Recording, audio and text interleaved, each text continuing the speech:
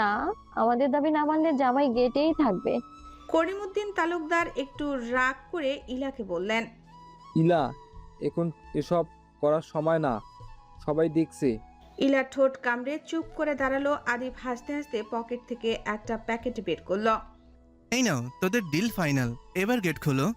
টাকা হাতে পেয়ে হালিমা মিষ্টি হেসে বলল। ঠিক আছে দুলা ভাই, আপনি এখন ভিআইপি এন্ট্রি পাবেন। সে এক গ্লাস শরবত এগিয়ে দিয়ে বলল, এ নিন গেট ওপেন সেরেমনি শরবত। আদিব শরবত খেলো, তারপর হাসতে হাসতে ফিতা কাটলো। আর সবার তালি ও উল্লাসে গেট খুলে গেল। আদিব ভেতরে ঢুকলো। পাশে বন্ধু বান্ধব ভাইরা সবাই, সবার মুখে হাসি, ফুলের ঝড়ের মতো পরিবেশ। সবাইকে ঝাঁপিয়ে একদম শেষে ধীরে ধীরে প্রবেশ করলো আরিয়ান। আজ তার লুকে এমন এক পরিণতি সৌন্দর্য যে চোখ সরানো দেয়। আরিয়ান পেছনে কালো রঙের শেরওয়ানি, গলায় হালকা রেশমি দোপাট্টা ঝুলছে, পায়ে চকচকে কালো জুতো, চুলগুলো ব্রাক ব্রাশ করে রাখা, ফেসে এক রাশ পরিণত পুরুষত্বের আকর্ষণ, চোখে সেই ঠান্ডা দৃষ্টি, কিন্তু আজ একটু অন্যরকম, যেন কোথাও একটুখানি আগুন আছে। ভেতরে ঢোকার সময় তার চোখ পড়ল ইলার উপর। ইলা সাইডে দাঁড়িয়ে আছে, কালো শাড়ি, মুখে হালকা মেকআপ, চোখে নীরবতা। তাদের চোখ এক মুহূর্তের জন্য মিলল। কেউ কিছু বলল না, কিন্তু বাতাস যেন ভারী হয়ে গেল। আরিয়ান চোখ সরিয়ে নিল, যেন কিছুই হয়নি এমন ভান করে সোজা ভেতরে চলে গেল। ইলা শুধু নিচের দিকে তাকিয়ে রইল। কিছুক্ষণের মধ্যেই সবাই বিয়ের মঞ্চে বসে পড়ল। মোল্লা সাহেব এসে বসলেন। কাজী সাহেব বিয়ে পড়ানো শুরু করল। বিসমিল্লাহির রহমানির রহিম।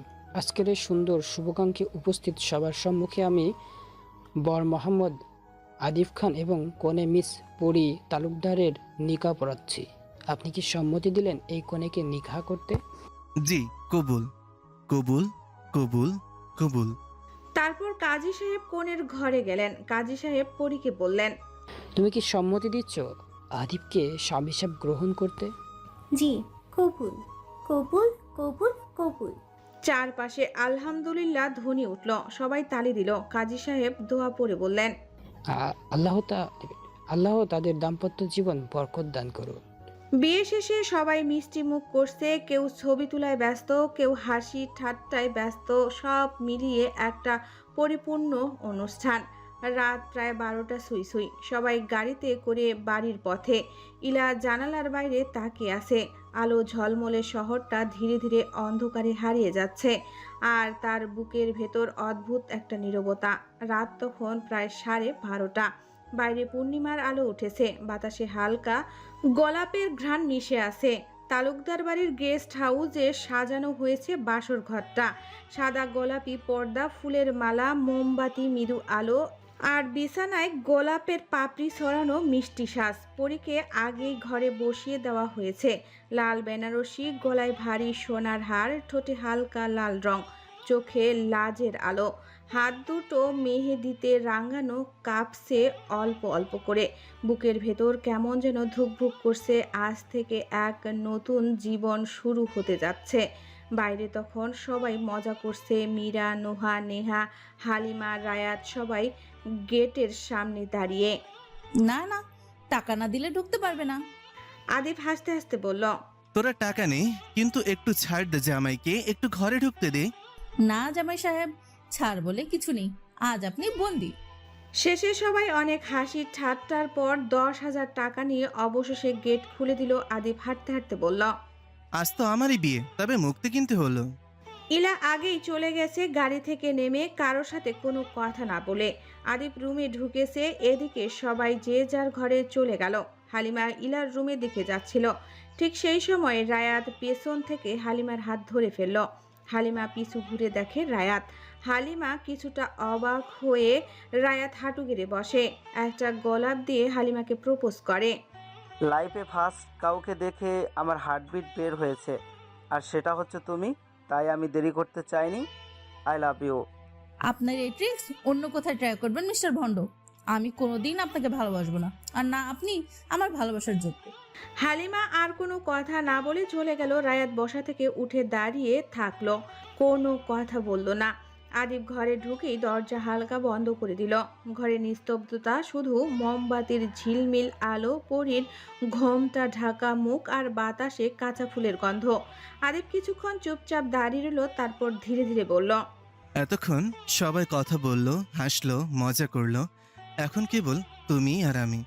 পরী মাথা নিচু করে বলল, সবাই তোমাকে নিয়ে কত মজা করছিল, তোমার মুখের ভাব দেখে হাসি পাচ্ছে আমার। আদিব একটু এগিয়ে এসে মুস্কি হেসে বলল, আর তুমি, তোমার হাসিটা তো সব হাসির রাজা হতে পারতো। পরী তাকালো একবার, চোখে ভয়, লজ্জা আর ভালোবাসার মিশেল। আদিব ধীরে ধীরে তার ঘোমটাটা সরিয়ে দিল। মোমবাতির আলোয় পরীর মুখটা যেন আরো উজ্জ্বল হয়ে উঠল। গোলাপের পাপড়ির মতো ঠোঁট, নরম গাল, চোখে চিকচিক করা পানি। আদিব এক চোখে তাকিয়ে বলল, তুমি জানো, আমি যতই দুষ্টুমি করি, আসলে আমি তোমার মতন কাউকেই চাইছিলাম লাইফ পার্টনার হিসাবে। পরী মাথা নিচু করলো, কানে কানে বলল, তুমি খুব বদ এখনো, দুষ্টুমি করছো। আদিব হাসলো, তার কণ্ঠটা গম্ভীর, উষ্ণ তবু কোমল। বদই তো, তোমার মতন একটা মেয়েকে ভালোবাসার জন্য একটু বদ না হলে হয়? তারপর ধীরে ধীরে পরীর হাতটা ধরল, আঙ্গুলের মেহেদির নকশার দিকে তাকিয়ে বলল, এই হাত এখন থেকে শুধু আমার হবে, আমি রাখবো, আগলে রাখবো, তোমার হাসির কারণ হব। পরীর চোখ তুলে তাকালো, চোখের লাজের ঝিলিক। দুজনের চোখে চোখ পড়ল, সময় যেন থেমে গেল মুহূর্তের জন্য। বাইরে আতশবাতির আওয়াজ, ভেতরে নিস্তব্ধতা। আদিব ধীরে ধীরে পরীর গালে হাত রাখলো, কপালে একটা নরম চুমু দিল। মোমবাতির আলো হালকা নেচে উঠল, তারপর শুধু মিষ্টি নিঃশ্বাসের শব্দ। রাতটা ভরে গেল ভালোবাসার গন্ধে। রাত তখন প্রায় 1টা সুই সুই। বাইরে বৃষ্টি থেমে গেছে, জানালা দিয়ে আসা ঠান্ডা বাতাসে পর্দা দুলছে। ইলা একা বসে আছে নিজের রুমে। হালিমা ঘুমিয়ে পড়েছে। ইলার মাথা ভরা চিন্তা। আজকে সারাদিনের সব শব্দ, হাসি, সাজসজ্জা শেষে যেন বুকটা ভারী হয়ে আছে। সবাই ঘুমিয়ে পড়েছে, কিন্তু ইলার চোখে ঘুম নেই। মনটা কোথাও হারিয়ে গেছে। শাওনের কথা, পুরনো দিন, ছোটবেলার সেই হাসি। তবু আজ সে নিজেকে প্রতিজ্ঞা করছে আর চোখের জল ফেলবে না। মন অন্যদিকে নিতে আবারও ফোনটা হাতে তুলে গেমে ঢুকলো। ফ্রি ফায়ার স্ক্রিনে লগইন হতেই পুরনো নামটা জ্বলে উঠল, শিজুকা। গেমটা অনেক দিন বাদে খেলছে। সার্ভারে ঢুকতেই আশ্চর্য হয়ে গেল, একটা পুরনো আইডি লগইন। নবিতা, এই নামটা আগে থেকেই ওর ফ্রেন্ড লিস্টে আছে। ঠিক তখনই একটা ইনভাইটেশন পপ আপ করলো স্ক্রিনে, নবিতা to play a must wait you. ইলার চোখ কেঁপে উঠল, ঠোঁটের কোণে হালকা হাসি ফুটে উঠল। সে অ্যাপ্লাই বাটনে চাপ দিল। লবিতে ঢুকেই একটা কণ্ঠ ভেসে এলো, তুমি চিনতে পারোনি তাই না? ইলা কেঁপে উঠল, সেই কণ্ঠটা কেমন যেন পরিচিত লাগছে। সে একটু থেমে বলল, এই নবিতা ভাইয়ার আইডি এটা। তুমি সেই নবিতা ভাইয়া? ওপাশ থেকে মৃদু হাসির আওয়াজ। হ্যাঁ শিজুকা, আমি নবিতা। তুমি কাল আমাকে চিনতে পারোনি, তাই আমি নাম বদলে আগের নাম দিয়ে দিয়েছি। ইলা কিছুক্ষণ চুপ করে রইল, গলার ভেতর দিয়ে শুধু একটাই দীর্ঘশ্বাস বেরিয়ে এলো, তুমি এখনো এই গেম খেলো? তুমি এই গেমটা ছেড়ে গেছো, তাই আমি থাকলেও তেমন খেলি না, কিন্তু প্রতিদিন একবার করে গেমে ঢুকি। আর তখনই ইলার মনে পড়ল 5 বছর আগের সেই দিনগুলো। ফ্ল্যাশব্যাক। 5 বছর আগে, তখন ইলা ক্লাস 8-এ পড়ে। নতুন নতুন তার মায়ের ফোন হাতে পেয়েছে, আর সেই ফোনে আবিষ্কার করেছে এক নতুন জগৎ, গেমের দুনিয়া। প্রথম প্রথম একাই একাই ক্লাসমেটস খেলতো, হাত কাঁপতো, গুলি ঠিকঠাক চলতো না, মাঝে মাঝে মারা যেত। একদিন হঠাৎই রেডম স্কোয়াডে ঢুকে যায় 3 জন অচেনা প্লেয়ার। একজনের নাম ছিল নবিতা, অন্যজনের জোড়া আর তানিশা। গেম শুরু হতেই নবিতা বাকি দুজনের সাথে কথা বলা শুরু করলো। ইলা মাইক্রোফোন অফ রেখে দিয়েছিল, কোনো কথা বলেনি। কিছুক্ষণ পরে নবিতাকে এনিমি মেরে দেয়। নবিতা রিভাইভ দিতে বলে, কিন্তু বাকি দুজনের কাছে টোকেন ছিল না। এই যে শিজুকা, তোমার কাছে টোকেন থাকলে রিভাইভ দাও। ইলা চুপ করে থাকে, কিছু বলে না। এটা দেখে নবিতা ইলাকে ধমক দেয়। ইলা ভয়ে মাইক্রোফোন অন করে বলে, আমার কাছে টোকেন নাই তো। এইটুকু কথা শুনে নবিতা স্থির হয়ে যায়। নবিতা বলে, তুমি নতুন না, মনে হয় একদম বিগিনার। ইলা একটু ভয় পেয়েছিল। হ্যাঁ, আমি একটু নতুন গেমে কিছুই তেমন জানি না। চিন্তা করো না, আমি তোমার পাশে আছি। সে গেমটা হেরে গেলেও ইলার মন ভরে গিয়েছিল। প্রথমবার কারোর সাথে খেলতে খেলতে এমন মজা লেগেছিল। তারপর থেকে প্রতিদিনই নবিতা ইনভাইট পাঠাতো, ইলার রেগুলার অনলাইনে আসতো। দুজনের মধ্যে এক অদ্ভুত বন্ধুত্ব গড়ে উঠল। নবিতা কখনো গেমে কভার দিত, কখনো রিভিভ করতো, আবার কখনো বলতো। ইলে আজকে মিশন তুমি লিড করবা। সেই দিনগুলোতে ইলা হাসতো। অনেক জীবনের ছোট্ট কষ্টগুলো গেমের মধ্যেই হারিয়ে যেত। মাঝে মাঝে ওরা দুজন কাস্টম ম্যাচ খেলতো আর নবিতা বলতো, তুমি ভালো প্লেয়ার হবা, শুধু প্র্যাকটিস করো। ইলার রাগ উঠলে নবিতা কাস্টম খেলতো, সব সময় মেরে যেত আর ইলার রাগ ভেঙে যেত। কিন্তু কখনো কেউ কারো নাম জিজ্ঞেস করেনি। কিন্তু হঠাৎ করেই একদিন ইলার মা ফোন ভেঙে ফেললেন। গেম খেলার জন্য ওর মা রাগ করেছিলেন খুব। সেদিন কান্নায় ভেঙে পড়েছিল ইলা। মারও খেতে হয়েছিল ইলাকে অনেক। তারপর থেকে আর গেম খেলেনি, আর নবিতার সাথে যোগাযোগ বন্ধ হয়ে যায়। বর্তমান ইলার চোখে জল চলে এলো। সে হেসে বলল, তুমি এত বছর পরেও এই গেমে আছো, আমি তো ভাবতেও পারিনি। তুমি ফিরবে জানতাম, তাই নাম বদলে রেখেছিলাম আই এম ওয়েটিং। ইলা হাসলো, চোখের কোণ ভিজে উঠল। তুমি তাহলে সত্যি অপেক্ষা করেছিলে? তুমি ছাড়া গেমটা একদম ফাঁকা লাগতো। আজ মনে হচ্ছে পুরোনো দিনগুলো আবার ফিরে এসেছে। ইলা চুপচাপ স্ক্রিনের দিকে তাকিয়ে রইল। গেমে ঢুকছে ঠিকই, কিন্তু মনে হচ্ছে ফিরে এসেছে সেই কিশোর বয়সের দিনগুলোয়, যখন জীবনের সবচেয়ে সুন্দর বন্ধুত্ব গড়ে উঠেছিল একটা ভার্চুয়াল স্কোয়াডে।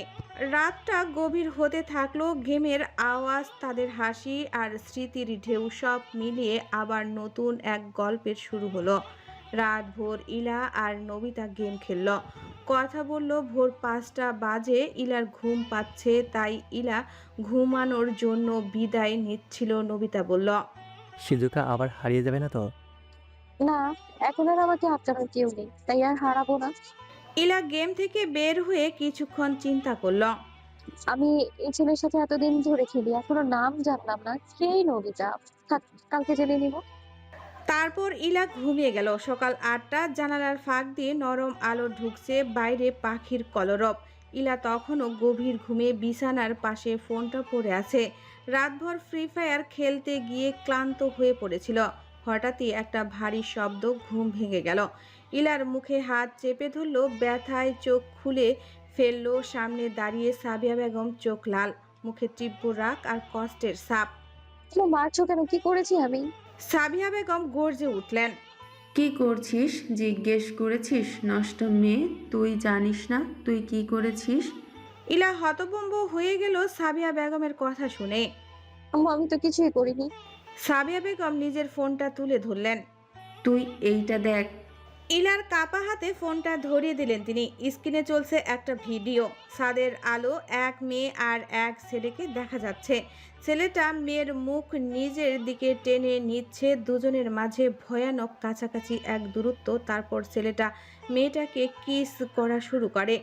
দুজনেই রোমান্টিকভাবে দাঁড়িয়ে আছে, আর সেই মেয়েটা ঠিক ইলা।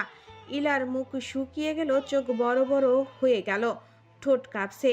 তার কণ্ঠে হতাশার ভয়, অবিশ্বাস সব মিলে গেল একসাথে। না, এটা আমি না, আমি না। কিন্তু সাবিয়া বেগম এক চিলতে তীক্ষ্ণ দৃষ্টিতে তাকিয়ে রইলেন। তুই না হলে এই মুখ, এই পোশাক, এই ছাদ সব একরকম কেন? তুই আমার মেয়ে হয়ে এমন কাজ করলি ইলা? ইলার বুকের ভেতরটা হিম হয়ে গেল। ছেলেটার মুখ ভিডিওতে ব্লার করা, তবু বোঝা যাচ্ছে না কে। তবে সেটিংটা স্পষ্ট, তাদের বাড়ির ছাদ আর ড্রেস সেম, আরিয়ান আর ইলার মতো। ইলার মনে আতঙ্ক ছড়িয়ে গেল। আম্মু, আমি সত্যি করে বলছি, এটা আমি না। কেউ ভিডিও বানিয়েছে, এডিট করেছে এটা। সাবিয়া বেগম রাগে চেঁচিয়ে উঠলেন, এডিট? সবাই এখন তো এটাই বলে, পুরো বাড়ি এখন এই ভিডিও দেখেছে। তুই যা করেছিস এখন আর লুকোনো যাবে না। ইলার পায়ের নিচ থেকে যেন মাটি সরে গেল। সে দৌড়ে দরজার বাইরে গেল। বাইরের করিডোরে দাঁড়িয়ে আত্মীয় স্বজন, কাজিন, করিমউদ্দিন তালুকদার, এমনকি রফিকুল তালুকদার পর্যন্ত সবারই চোখে ঘৃণা, তাচ্ছিল্য আর ফিসফিসানি। একজন মহিলা বলে উঠল, এই তো সেই মেয়ে, ছাদে এমন কাজ করছে। ছেলেটার মুখ ব্লার, কিন্তু মেয়েটা তো স্পষ্ট। এই মেয়েই ছিল। ইলার কানে বাজছে সেই সিসি শব্দগুলো, প্রত্যেকটা যেন তার বুকের ভেতর ছুরি হয়ে ঢুকছে। সে কাপা গলায় বলল, এটা কেউ ষড়যন্ত্র করে বানিয়েছে।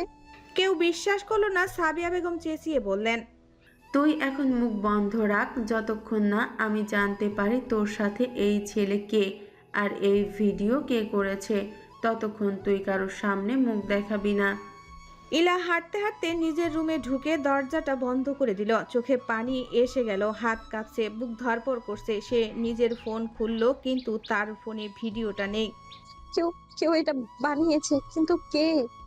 তার মনে ভেসে উঠল আরিয়ানের মুখ। হঠাৎ সন্দেহ জেগে উঠল, কিন্তু পরক্ষণেই মাথা নাড়িয়ে ফিসফিস করে বলল, না, আরিয়ান এমন করতে পারে না। সে তো আমার সাথেই ছিল। তবুও প্রশ্নের উত্তর মেলে না কিভাবে। সে এমন ফুটেজ তৈরি করলো কেন? ছাদে এমন দৃশ্যটা তাদের মধ্যে কখনো ঘটেনি। সকাল 8:30। বাড়ি জুড়ে হইচই, চিৎকার, কান্নার আওয়াজ। পুরো পরিবেশ যেন ভেঙে পড়েছে। কেউ নিচের ড্রয়িং রুমে ছুটে যাচ্ছে, কেউ আবার ভিডিও দেখে অবাক হয়ে নিজের মনে ফিসফিস করছে। এই বিশৃঙ্খলার মাঝেই উপরের ঘরে আরিয়ান তখনও আধো ঘুমে। রাতে বিয়ের অনুষ্ঠান শেষ হয়ে ঘুমিয়েছিল, তাই এখনও ক্লান্ত, শরীরটা ঠিক মতো সাড়া দিচ্ছে না। কিন্তু নিচের কোলাহল এত জোরে উঠছে যে ঘুম আর ধরে না। চোখ খুলে চুল এলোমেলোভাবে বিছানা থেকে উঠে বসে আরিয়ান। চোখে ঘুম, মুখে ক্লান্তির ছাপ, গলা ভেজা কণ্ঠে বলল, রাইদ, কি হয়েছে? নিচে তো চিল্লাচিল্লি কেন? রায়াত দরজার পাশে দাঁড়িয়ে, মুখটা কেমন গম্ভীর, হাতে ফোন। সে ধীরে ধীরে ফোনটা বাড়িয়ে দেয় আরিয়ানকে। নিজের দেখে নাও কি হয়েছে। আরিয়ান ফোনটা নিয়ে স্ক্রিনে চোখ রাখতেই তার বুকটা ধম করে নিভে গেল। ভিডিও চলছে ছাদের উপর, ইলার পাশে দাঁড়িয়ে একটা ছেলে, আর সেটা নিজেই আরিয়ান।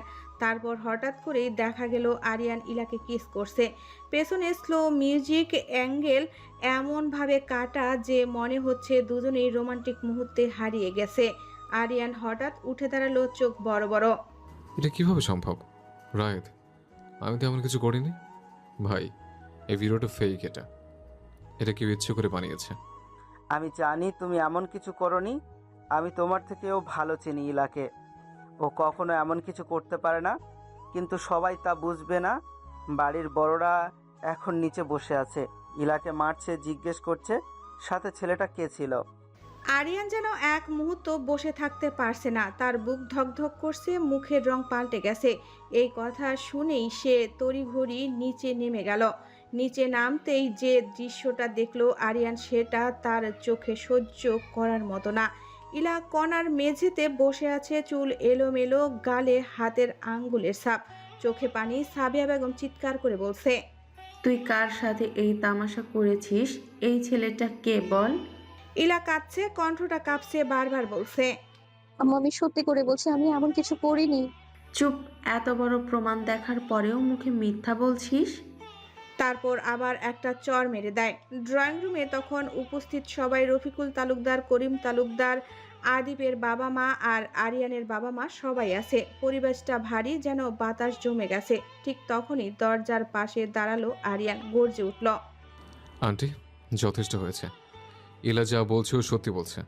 আমরা এমন কোনো কাজ করিনি। সবাই থমকে গেল। সাবিয়া বেগম চমকে আরিয়ানের দিকে তাকালো। আরিয়ান ধীরে ধীরে সামনে এগিয়ে এলো। তার চোখে এক ফোঁটা ভয় নেই, শুধু রাগ আর অপমানের মিশ্র ছায়া। আমরা ছাদে ছিলাম ঠিকই, কিন্তু এমন কিছু হয়নি। এই ভিডিওটা এডিট করা, কেউ ইচ্ছে করে আমাদের ফাঁসিয়েছে। কিন্তু কেউ যেন শুনতেই চাইছে না। আরিয়ানের কথা শেষ হতেই তার বাবা মেহেরাব খান উঠে দাঁড়ালো, চোখে রাগ, কণ্ঠ ভারী। ঠাস ঠাস একটা জোরে চর পড়ল আরিয়ানের গালে। পুরো ঘর নিস্তব্ধ হয়ে গেল। তোর মুখে এসব কথা শুনতে হবে? আজ আমি কখনো ভাবিনি তোকে আমি এত ভালোবাসা, এত শিক্ষা, এত বিশ্বাস করেছিলাম এসব করার জন্য। মেহরাব খানের গলা কেঁপে উঠছে রাগে ও কষ্টে। আরিয়ান চোখ নামিয়ে গাল চেপে বলল, আব্বু, আমি সত্যি করে বলছি, আমি এমন কিছু করিনি। এটা ফেক ভিডিও। কেউ আমাদের ফাঁসিয়েছে। নাফিসা খান কাঁদতে কাঁদতে বললেন, আরিয়ান, সবাই তো ভিডিওটা দেখছে, সবাইকে এখন কে বিশ্বাস করাবে? এই লজ্জা আমরা কোথায় রাখবো? রফিকুল তালুকদার গম্ভীর কণ্ঠে বললেন, ছেলেটার মুখ ব্লার করা হলেও এখন সব বুঝে ফেলেছে কে সে। এই ঘটনার পর আমাদের পরিবারের মান সম্মান সব শেষ। ইলা কাঁদতে কাঁদতে আবার সাবিয়া বেগমকে বলল, আম্মু, আমি মিথ্যে বলছি না, আরিয়ান ভাই আর আমি কিছু করিনি। এই কথা শুনে সাবিয়া বেগম আবার চিৎকার করে উঠলেন, আরিয়ান ভাই, তুই এখনো ওর পক্ষ নিচ্ছিস? ইলা হাঁপাতে হাঁপাতে বলে উঠল, কারণ ও কিছু করেনি, কেউ আমাদের ফাঁসিয়েছে। আরিয়ান এবার দৃঢ় কণ্ঠে বলল, আমরা যদি অপরাধী হতাম তাহলে আমি এখানে দাঁড়িয়ে মুখ দেখাতাম না আন্টি। আপনার মেয়েকে অপমান করা মানেই আমার নিজের সম্মান নষ্ট করা। আমি যেভাবেই হোক এই মিথ্যেটা প্রমাণ করব। ড্রয়িং রুমে একটা অস্বস্তিকর নীরবতা নেমে এসেছে। ইলার কান্নার শব্দ মিলিয়ে গেছে এখন শুধু বাতাসের চাপা গুঞ্জন, আরিয়ানের ভারী নিঃশ্বাস আর চারপাশের দৃষ্টি। সবাই এমনভাবে তাকিয়ে আছে যেন কেউ কারো মুখ দেখতে চাইছে না। ঠিক তখন রফিকুল তালুকদার উঠে দাঁড়ালেন। তার চোখে রাগ আর অপমানের ছাপ স্পষ্ট। এই নিয়ে আর কোনো কথা না। এটা সত্যি হোক বা মিথ্যা, আমাদের বাড়ির মান সম্মান সব শেষ হয়ে গেছে। এখন একটাই সমাধান, এই ছেলেটাকে মানে আরিয়ানকে আমাদের মেয়েকেই বিয়ে করবে। হ্যাঁ। ঘরটা যেন মুহূর্তেই কেঁপে উঠল। সবাই একে অন্যের মুখের দিকে তাকিয়ে অবাক। আরিয়ান হতভম্ব হয়ে বলল, কি বললেন? বিয়ে? সেটা কখনোই সম্ভব না। রফিকুল তালুকদার কণ্ঠ উঁচু করে বললেন, কেন সম্ভব না? এই ভিডিওতে তোমাকে দেখা গেছে। সেটা যদি মিথ্যা হয় তবু এখন মানুষ তো কথা বলেছে, তোমাদের ছবি তোমাদের নাম ছড়িয়ে গেছে সোশ্যাল মিডিয়ায়, মানুষকে মুখ দেখাতে পারছি না আমরা। আরিয়ান রেগে গিয়ে উঠে দাঁড়ালো, চোখ লাল, হাত মুষ্টিবদ্ধ। আমি বুঝতে পারছি না কেন কি আমার কথা শুনছে না। আমি বলেছি এটা এডিট করা, আমরা কিছু করিনি, এটা করে ষড়যন্ত্র। রফিকুল তালুকদার ঠান্ডা কিন্তু গম্ভীর কণ্ঠে বললেন, ষড়যন্ত্র হোক বা বাস্তব তাতে কিচ্ছু আসে যায় না। মানুষ এখন বিশ্বাস করে নিয়েছে, আর আমাদের মেয়ের মাথায় যে কলঙ্ক লেগেছে সেটা মুছতে হলে এই একটাই পথ, সেটা হলো বিয়ে। হ্যাঁ। আরিয়ান কণ্ঠ চড়িয়ে বলল, আমি কাউকে ভালো না বেশি বিয়ে করব না। এটা কোনো সমাধান না, এটা জোর করে চাপিয়ে দেওয়ার শাস্তি। ইলার চোখে জল। সে কাঁদতে কাঁদতে বলল, আমি কিছু করিনি আব্বু, বড় বাবা, মেজ বাবা, বিশ্বাস করো, এগুলো মিথ্যে, আমি বিয়ে করতে চাই না। সাবিয়া বেগম তীব্র গলায় বললেন, তুই কি চাস সেটা কেউ জিজ্ঞেস করছে না। তুই যা করেছিস তার শাস্তি তোকে পেতেই হবে। তোর জন্য তোর বাবা লোক লজ্জায় কারো সামনে আসছে না। আরিয়ান চিৎকার করে বলল, শাস্তি? কোন অপরাধে শাস্তি দেবেন আমাদের আন্টি? যেটা আমরা করিনি তার শাস্তি? হঠাৎ মেহরাব খান, আরিয়ানের বাবা, ধীরে ধীরে উঠে দাঁড়ালেন। তার গলায় গর্জন, চোখে এক ধরনের কঠোরতা। আর কোনো কথা না, এই বিয়ে হবে, আজই হবে। আর কোনো আপত্তি নেই ইলাকে আমার ছেলের বউ হিসেবে মেনে নিতে। এই কথা শুনে পুরো ঘর নিস্তব্ধ হয়ে গেল। সবাই হতবাক হয়ে তাকিয়ে আছে মেহরাব খানের দিকে। নাফিসা খান চোখ মুছতে মুছতে মাথা নিচু করলেন। রফিকুল তালুকদার মুখে সামান্য স্বস্তির ছায়া, কিন্তু আরিয়ান যেন ভেতর থেকে ভেঙে পড়ল। সে হঠাৎ করে চিৎকার করে উঠল, না আব্বু, তুমি এমনটা করতে পারো না। আমাকে একটা সুযোগ দাও প্রমাণ করার জন্য যে আমি নির্দোষ, আমার আর ইলার মধ্যে কোনো সম্পর্ক নেই। মেহরাব খান গর্জে উঠলেন, চুপ কর আরিয়ান, তুই এখন একটা কথা বলবি না। তুই যদি সত্যি আমার ছেলে হোস তাহলে এখনই চুপচাপ এই বিয়েতে রাজি হবি।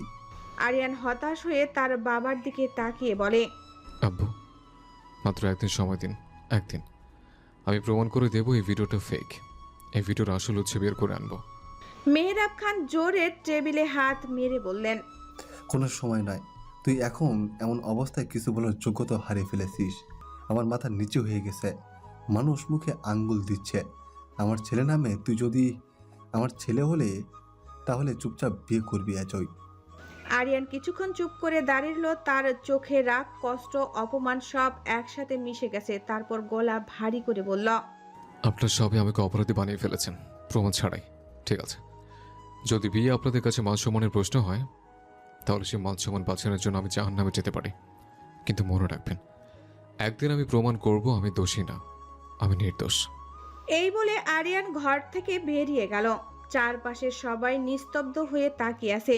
ইলার চোখে তখন শুধু কান্না, বুকের ভেতর একটা ভয় যে বিয়েটা হতে যাচ্ছে সেটা ভালোবাসার নয়, বরং এক অদ্ভুত অন্ধ অস্বস্তিতার ফলাফল। রফিকুল তালুকদার বললেন, সব প্রস্তুতি করো, আজ সন্ধ্যায় বিয়ে হবে। সাবিয়া বেগম ভেতরে চলে গেল, গলায় কাঁপন। এই মেয়েটা আমাদের মুখ কালো করে দিয়েছে। ইলা একা বসে আছে কর্নার সোফায়, চোখে অশ্রু আর মনে মনে বলছে, আমি জানি আমরা নির্দোষ আরিয়ান, কিন্তু এখন কে বিশ্বাস করবে আমাদের? বিকেল তখন প্রায় 5টা। পুরো বাড়িটা যেন হঠাৎ করে কোনো শবযাত্রার মতো নীরব হয়ে গেছে। সকালের সেই কান্না, চিৎকার এখন ঠান্ডা হয়ে গিয়েছে, তবে বাতাসে এখনো ভাসছে অপমান, ঘৃণা আর অনিশ্চয়তার ভারী গন্ধ। ইলার রুমের দরজা আধ খোলা, ভেতরে বসে আছে আয়নার সামনে, চোখের নিচে ফোলা, ঠোঁট শুকিয়ে গেছে। বিছানার কোণে রাখা লাল শাড়িটা যেন ওর বুকের উপর পাহাড় হয়ে বসে আছে, যেটা আজ বিয়ের পোশাক। যে বিয়েতে নেই কোনো হাসি, নেই কোনো স্বপ্ন, শুধু দোষের দায় মুছে ফেলার নাম বিয়ে। হালিমা দরজার পাশে এসে থেমে বলল, ইলা, নিচে সবাই প্রস্তুতি নিচ্ছে, তোকে তৈরি হতে বলছে। ইলা চুপ করে আরিয়ানের দিকে তাকিয়ে থাকে। তুই কাঁদিস না ইলা, আল্লাহ জানে তুই কিছুই করিসনি। ইলা নিঃশব্দে বলে উঠল, আল্লাহ জানে, কিন্তু মানুষ তো বিশ্বাস করে না হালিমা। আমি সত্যি বলছি, তবুও এই সমাজ মিথ্যেকে বেশি পছন্দ করে। ইলার গলার স্বরটা কেঁপে উঠল, চোখের কোনা ভিজে উঠল। অন্যদিকে নিচে বসার ঘরে আরিয়ান দাঁড়িয়ে আছে কালো পাঞ্জাবিতে, চোখ লাল, মুখ শক্ত, হাত দুটো মুঠো করে চেপে রেখেছে। রায়াত পাশে দাঁড়িয়ে বলল, ভাই, এখনো কি পাবো না শেষবারের মতো কিছু করতে? অন্তত লাস্ট চেষ্টা করতে। তদন্ত, মানুষ সত্যিটা জানবে। আরিয়ান গম্ভীর গলায় উত্তর দিল, এখন কেউ শুনবে না রায়েদ। আমি প্রমাণ করতে চাইলে সবাই চুপ হয়ে যায়, কিন্তু মানসম্মানের নামের দোহাই দিয়ে সবাই চায় আমার মুখ বন্ধ করতে। একটা দীর্ঘশ্বাস ফেলে আরিয়ান আবার বলল, জানো, আমি আজ বিয়ে করছি শুধু আমার বাবার কথা রাখার জন্য। এখানে কোনো ভালোবাসা নেই। রায়াত কিছু বলতে যাচ্ছিল, তখনই মেহরাব খান এসে বললেন, সময় শেষ, সবকিছু প্রস্তুত আরিয়ান। আমি চাই আজ কোনো ঝামেলা না হোক। আরিয়ান মাথা নিচু করলো, কিন্তু তার চোখে তীব্র জেদ। এই জেদ যেন প্রতিজ্ঞা করছে, আমি একদিন সত্যটা প্রমাণ করব। সন্ধ্যা 7টা, নীরব বিয়ের আয়োজন, মেঝেতে সাদা মাদুর পাতা, চারপাশে কয়েকজন আত্মীয় নিঃশব্দে বসে আছে। বাতাস ভারী, কেউ হাসছে না, কেউ ছবি তুলছে না। কাজী সাহেব কোরআনের আয়াত পড়ছে, আর দুপাশে বসে আছে দুটো ভাঙ্গা মন। ইলার চোখে জল, মুখ ফ্যাকাশে, আর আরিয়ান মুখ নিচু করে বসে আছে। দুজনের মাঝখানে কাঁচা ফুল দিয়ে সাজানো এক প্রাচীর, যেখানে ভালোবাসার বদলে কেবল অপমানের প্রতিধ্বনি। বর আরিয়ান খান শাওন, আপনি কি রাজি আছেন এই বিয়েতে? আরিয়ান চোখ তুলে একবার ইলার দিকে তাকালো, হাতের মুষ্টি শক্ত করে কোনো মতে নিচু কণ্ঠে বলল, রাজি আছি। সবাই আলহামদুলিল্লাহ বলল। ইলার বুকটা কেঁপে উঠল। কাজী সাহেব ইলার পাশে এসে বসলো। কোনে ইলা তালুকদার, আপনি কি রাজি আছেন? ইলা কিছু বলছে না, চুপ করে বসে আছে। 1 মিনিট, 2 মিনিট, 3 মিনিট, হঠাৎ ইলা উঠে দাঁড়ালো। আমি তো ওয়াশরুমে যাব। ইলা উঠে চলে গেল ওয়াশরুমে। 5 মিনিটের বেশি হচ্ছে, ইলা এখনো আসছে না। 10 মিনিট হয়ে গেল, তবুও আসছে না। সাবিয়া, হালিমা আর পরীকে পাঠালো। 20 মিনিটেও কেউ আসলো না দেখে বাড়ির বাকি লোকজন চলে গেল। ইলা পালিয়েছে এটা ভেবে আরিয়ান অনেক খুশি হলো। মনে মনে ইলাকে অনেক ধন্যবাদও দিল এভাবে পালানোর জন্য। আর বাকি সবাই ওয়াশরুমের দরজায় গিয়ে দরজা ধাক্কাচ্ছে।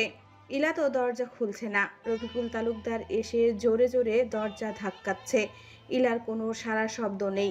শেষে আরিয়ান, আদিব সবাই আসলো। রফিকুল তালুকদার রায়াতকে বলল দরজা ভেঙে ফেলতে। আরিয়ান মিটিমিটি আসছে, রায়াত দরজা ভেঙে যাবে এমন সময় ইলা দরজা খুলে বের হয়ে আসে। সাবিয়ার সামনে এসে আবার একটা থাপ্পড় মারে। তুই মরিস না কেন? সেটাও তো শান্তিতে করতে দিবে না। সাবিয়া টেনে হিস্ট্রে ইলাকে নিয়ে গেল। সবাই গেল। কাজী সাহেব আবার ইলাকে বলল, ইলা তালুকদার, তুমি কি রাজি আছো? বলো মা কবুল। ইলা চোখ বন্ধ করে শেষবারের জন্য শাওনের সাথে সব স্মৃতি মনে করে নিল।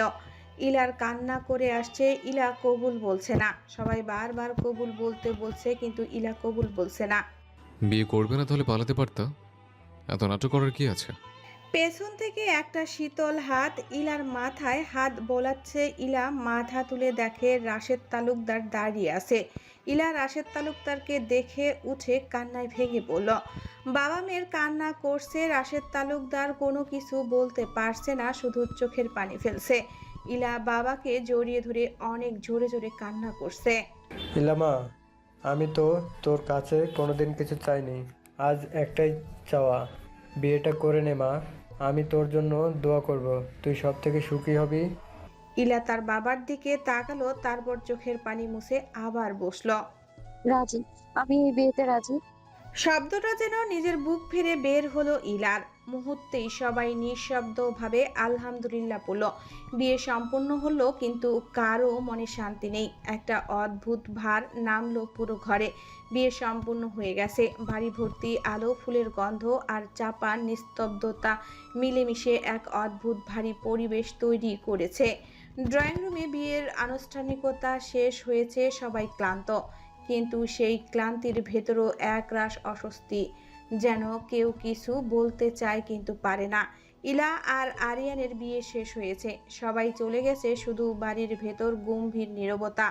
রায়াত, রাফি, আদিব, সায়াম সবাই মিলে ইলার রুম সাজাচ্ছে। ফুলে ফুলে ভরে গেছে ঘরটা। লাল সোনালি আলোয় ঝলমল করছে চারিদিক। বিছানার চারপাশে ফুলের মালা ঝুলছে, সুগন্ধি ছড়িয়ে আছে বাতাসে, তবুও সেই সৌন্দর্যের ভেতর একরাশ বিষণ্ণতা। হাসির বদলে সবার মুখে গম্ভীরতা। রায়াত নিঃশব্দে বলল, সব ঠিক হয়ে গেল, কিন্তু ঠিক মনে হচ্ছে না ভাই, ইলার চোখে সেই আগের মতো আলো নেই। মেয়েটা অনেক কষ্ট পাচ্ছে। রাফি ধীরে ধীরে একটা ফুল ঠিক করতে করতে বলল, যা হওয়ার হয়ে গেছে, এখন ওদের শান্তিতে থাকতে দিতে হবে। যতই কষ্ট হোক, এই মুহূর্তে ওর পাশে কেউ না থাকলেও ও ভেঙে পড়বে। আদিব চুপচাপ একটা শ্বাস ফেলল। আরিয়ান ভাইও ভেতরে ভেতরে মরছে, কিন্তু আজ ওর হাতে কিছুই নেই। অন্য পাশে দরজার পাশে দাঁড়িয়ে থাকা হালিমা আর পরি ইলার পাশে বসেছিল। ইলা তার বাবার রুমে বসে আছে, মাথা নিচু করে, চোখ লাল, মুখ ফ্যাকাশে, ঠোঁট কাঁপছে। হালিমা ইলার কাঁধে হাত রাখল। ইলা শোন, যা হওয়ার হয়ে গেছে, এখন তুই চুপ থাক, শান্ত থাক, ঝামেলা করে লাভ নেই। সবাই এখন তোকে দোষ দিচ্ছে, কিন্তু সময় প্রমাণ করবে তুই দোষী না। পরি মৃদু স্বরে যোগ করল, তুই এখন নিজেকে সামলে রাখ। আরিয়ান ভাই এখন তোর স্বামী, চাইলেও তুই এটা পাল্টাতে পারবি না। ওকে অন্তত একটা সুযোগ দে। ইলার কান্না থামানোর চেষ্টা করে বলল, আমি তো কারো ক্ষতি করিনি কখনো, তাহলে আজ কেন এমন হলো পরি? কেন আমার ভাগ্যে এমন হলো? হালিমা মুখ ফিরিয়ে বলল, সব প্রশ্নের উত্তর এখন হয়তো সময় দিতে পারবে। আপাতত তুই একটু বিশ্রাম নে। অন্যদিকে নিচের ড্রয়িং রুমে বসে আছে রাশেদ তালুকদার, মুখ ভেজা, চোখ লাল, বুক কাঁপছে। তিনি নিজের মেয়েকে হারানোর যন্ত্রণা বুঝতে পেরেছে, যেন বিশ্বাস করতে পারছে না যে এই রাতটা সত্যি সব স্বপ্নের মতো লাগছে। তিনি মেহেরাব খানের দিকে তাকিয়ে ভাঙ্গা গলায় বললেন, ভাই, আমার মেয়েটা এমন না, বিশ্বাস করেন। আমি ভেবেছিলাম ওর জীবনটা সুন্দর হবে, কিন্তু আজ সব শেষ। আমার মেয়ে কেমন শাস্তি পেল, এমন এক অপরাধের শাস্তি যা ও করেনি। মেহেরাব খান চুপচাপ বসে আছেন, তার মুখও ক্লান্তি, কিন্তু ভেতরে ভেতরে অন্য এক আগুন জ্বলছে। তিনি ধীরে ধীরে বললেন, রাশেদ ভাই, আমি জানি আমার আরিয়ান এমন কিছু করতে পারে না।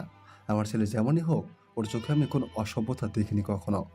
আমি বুঝি ওর ভেতরে কেমন আগুন জ্বলে। আজ যা ঘটেছে এটা কোনো সাধারণ কাজ না, কেউ ইচ্ছে করে করেছে। রাশেদ চমকে তাকালেন। মানে আপনি কি বলতে চাইছেন? কেউ এই ভিডিওটা ইচ্ছা করে বানিয়েছে? মেহেরাব খান মাথা নেড়ে বললেন, করে ঠিক তাই, কেউ ইচ্ছে করে এই নোংরা খেলাটা খেলছে। আমার আরিয়ান এমন কাজ কখনোই করতে পারে না, আমি তার বাবা হয়ে বলছি। রাশেদের চোখে জল চলে এলো, তিনি কাপা গলায় বললেন, তাহলে এখন আমরা কি করব? আমার মেয়েটাকে সবাই মেনে নেবে তো? লোকজন যা বলছে তাতে আমার মাথা নিচু হয়ে গেছে। মেহেরাব খান গম্ভীর নিঃশ্বাস নিলেন। এখন আমাদের একটাই কাজ, সত্যটার প্রমাণ করা। আরিয়ান এখন অনেক কষ্টে আছে, কিন্তু ও হাল ছাড়বে না। আমি জানি আমার ছেলে এখন যা করছে সেটা আমাদের সবার সম্মান ফেরানোর জন্য। রাত 11টা, সব আলো নিভে গেছে, শুধু ইলার ঘরের দরজার ওপাশে একটা মৃদু হলুদ আলো জ্বলছে। বাইরে দূরে কোথাও কুকুর ডাকছে, আর ঘরের ভেতরে ফুলের গন্ধে ভারী হয়ে আছে বাতাস। রায়াত আর আদিব চুপচাপ আরিয়ানকে রুম পর্যন্ত এগিয়ে দিল। দুজনের মুখে নিঃশব্দ ক্লান্তি। রায়াত দরজার কাছে এসে থেমে বলল, ভাই, ওর অবস্থা খুব খারাপ, তুমি চুপচাপ থাকো, ঝগড়া করো না প্লিজ। আরিয়ান হালকা মাথা নেড়ে বলল।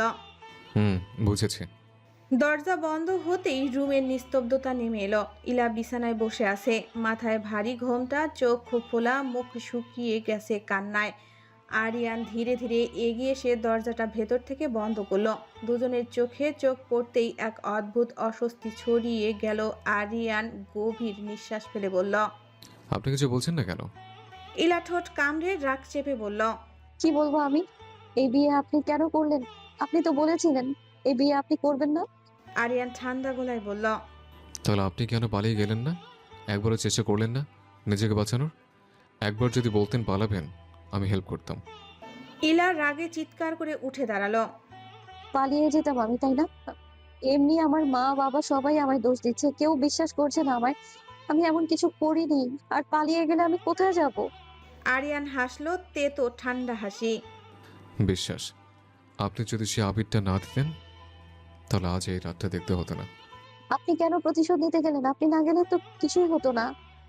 আরিয়ান বিরক্ত চোখ নিয়ে বলল, আমি কি জানতাম নাকি যে আবির দেয়া নিয়ে এমন কট খেতে হবে আমাকে? আমি কতবার বললাম আমার মাঝে কিছু নেই। এসব মিথ্যা কেউ বিশ্বাস করলো না। ইলার চোখ লাল করে বলল, বাট আপনি একা খাননি, আমিও খেয়েছি। সবাই তো চিৎকার করে বলছে আমি নষ্ট। আপনি তো তখন চুপ করেছিলেন, কিছু বলেননি। আরিয়ানের মুখ শক্ত হয়ে গেল। ইলার চোখ মুছে কাপা গলায় বলল, আপনার কি মনে হয় এটা ডেয়ার ছিল? এটা বললে সবাই বিশ্বাস করে নিত। আর তাছাড়া আমি ভয় পেয়েছিলাম। আরিয়ান কাছে গিয়ে বলল, আপনি ভয় পেয়েছিলেন, আমি না। আমি এক মুহূর্তে অপরাধী হয়ে গেলাম, আর আমার চোখের সামনে সবই আমাকে অপরাধী বানিয়ে দিল। ইলা মাথা ঘুরিয়ে বলল, আপনার জন্যই আমার জীবনটা শেষ হয়ে গেল। আমি আজ এমন এক বিয়েতে বাধা পড়েছি যা আমি চাইনি কখনোই। আরিয়ান ঠান্ডা কণ্ঠে বলল, আমার জীবন শেষ হয়ে গেল। আমিও চাইনি আপনার মতো একটা খাচ্ছর মেয়েকে বিয়ে করতে। আর যদি আমি আমার বাবার জন্য এখানে দাঁড়িয়ে আছি, এই বিয়ে না করলে আমার বাবা মান সম্মান শেষ হয়ে যেত। তিনি যে কথা দিয়েছে সেটা রাখতে পারতো না, আমি সেটা হতে দিতে পারিনি। ইলা তিক্ত হেসে বলল, আপনি আপনার বাবার মান সম্মান বাঁচাতে গিয়ে আমার জীবনটাকেই বন্দি করে দিলেন। আরিয়ান এবার কাছে গিয়ে রাগে বলল, তাহলে আমি চলে যাই? এখন আপনি দরজা খুলে আপনি তখন সবাইকে বলতে পারেন আপনি বিয়ে মানেন না, আমার সাথে থাকতে চান না। সবাই শুনে যদি আপনার কথায় সম্মতি দেয়, আমি তাহলে আপনার জীবন থেকে সরে যাব। ইলা হঠাৎ চুপ হয়ে গেল, চোখে জল এসে থেমে রইল, ঠোঁট কাঁপছে। কিছুক্ষণ পর আস্তে বলল, আপনি যাবেন না। আরিয়ান অবাক হয়ে তাকালো। কেন? ইলা ফিসফিস করে বলল, আমার বাবা চায় আমি বিয়ে করে ভালো থাকি। আমার বাবার শেষ চাওয়া আমার কাছে এটা, তাই আমি চেষ্টা করব আপনার সাথে মানিয়ে নেওয়ার। আরিয়ান ধীরে ধীরে ইলার সামনে এসে দাঁড়ালো, তার চোখে ক্লান্তি, তবু এক রাশ কোমলতা। ভয় পাবেন না ইলা, আমি আপনার কাছে কখনো স্বামীর অধিকার চাইতে আসবো না। আমার লাইফে অন্য কেউ আছে যাকে আমি অনেক ভালোবাসতাম, কিন্তু এখনো বলতে পারিনি। এখন আপনি শান্তিতে ঘুমান, আমি সোফাতে ঘুমিয়ে পড়ব। ইলা চোখ নামিয়ে নিঃশব্দে বসে পড়ল। বাইরে ঝড়ের মতো বাতাস বইছে, ভেতরে দুটো মন তোলপাড় করছে। একই ছাদের নিচে দুজন মানুষ, একজন বিশ্বাসের জন্য লড়ছে, অন্যজন ভয় আর অপমানের ভেতরে বেঁচে থাকার চেষ্টা করছে। আপনি বেডে ঘুমান, আমি নিচে শুয়ে পড়ছি। সমস্যা নেই, আমি যে কোনো জায়গায় ঘুমোতে অভ্যস্ত। আর আজকের রাতে কালকে আমরা চলে যাব। ইলার বুক কেঁপে উঠল। কালকে চলে যাবে চিরতরে এই বাড়ি ছেড়ে। এখন থেকে আসবে অতিথিদের মতো। রাতটা লম্বা, ভারী আর নিঃশব্দ। আর সেই নিঃশব্দের ভেতরেই তাদের সম্পর্কের প্রথম ফাটল, আবার প্রথম সেতুও তৈরি হলো। ইলা ফজরের নামাজ শেষ করে সেই শান্তভাবে জানালার পাশে বসে আছে। কখন বেলা হয়েছে সেটা খেয়াল নেই। দূরের গাছের পাতাগুলো দুলছে, কিন্তু তার মনে কোনো নড়াচড়া নেই। চোখের নিচে কালো দাগ, ঠোঁটে শুকনো ফাটল, মাথায় ঘোমটা। যদিও আজ আর বিয়ে শ্বাস নেই, কেবল একটা সাদা সালোয়ার কামিজ ঢাকা এক নিঃশব্দ ক্লান্ত মুখ। দরজায় হালকা টোকা পড়ল। হালিমা ঢুকে বলল, ইলা, নাস্তা রেডি, নিচে সবাই বসে আছে। ইলা ধীরে ধীরে উঠল, আয়নায় নিজের দিকে শেষবার তাকালো। মুখে কোনো অভিব্যক্তি নেই, শুধু নিঃশব্দ একটা শূন্যতা। হালিমা আরিয়ানকেও ডেকে নিচে চলে গেল। ডাইনিং টেবিলে বসে আছে সবাই, কিন্তু নিঃশব্দ, কেউ কারো দিকে তাকাচ্ছে না। চায়ের কাপ থেকে ধোয়া উঠছে, কিন্তু পরিবেশে ঠান্ডা জমে আছে। মেহেরাব খান গম্ভীর গলায় বললেন, বিয়েটা হয়ে গেছে, এখন আর কষ্ট করে লাভ নেই। ওদের সামনে অনেক পথ। আমি চাই সবাই বিয়েটা মেনে নিয়ে ওদের জন্য দোয়া করুক। রাশেদ চুপচাপ মাথা নেড়ে বললেন, হ্যাঁ ভাই, আল্লাহ ওদের ভালো রাখুক। তাদের চোখে অদ্ভুত এক বেদনা।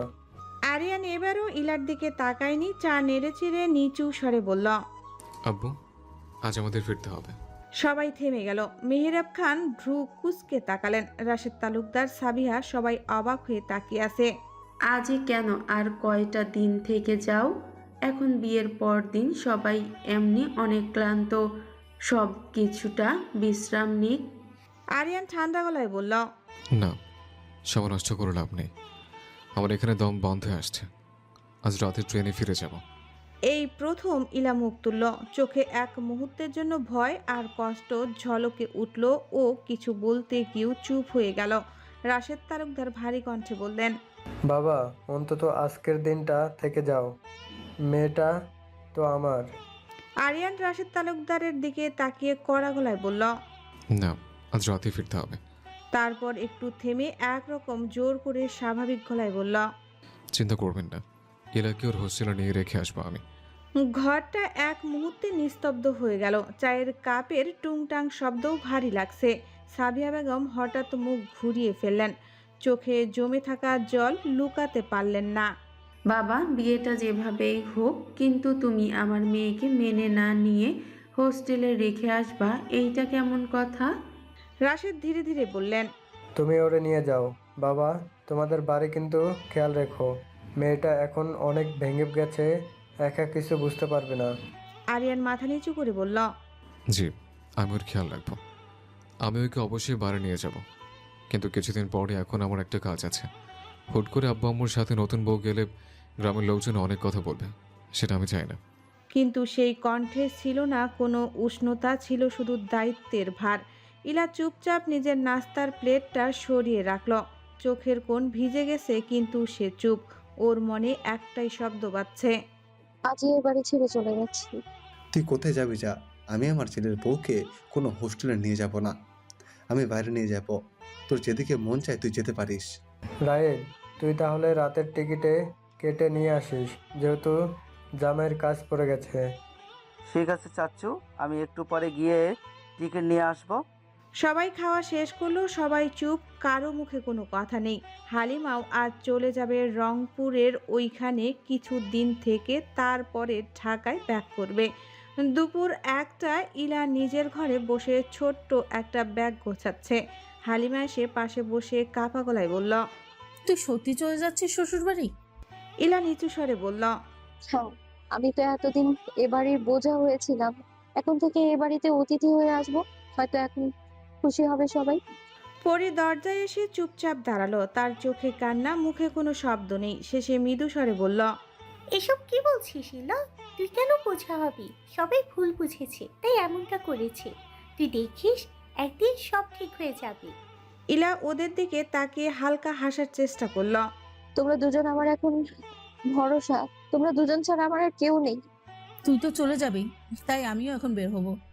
আবার 2টায় বাস, আমিও বাসায় চলে যাচ্ছি। হালিমা, ইলা, পরি তিনজনকে জড়িয়ে ধরল। কেউ জানে না কার সাথে কবে আবার দেখা হবে।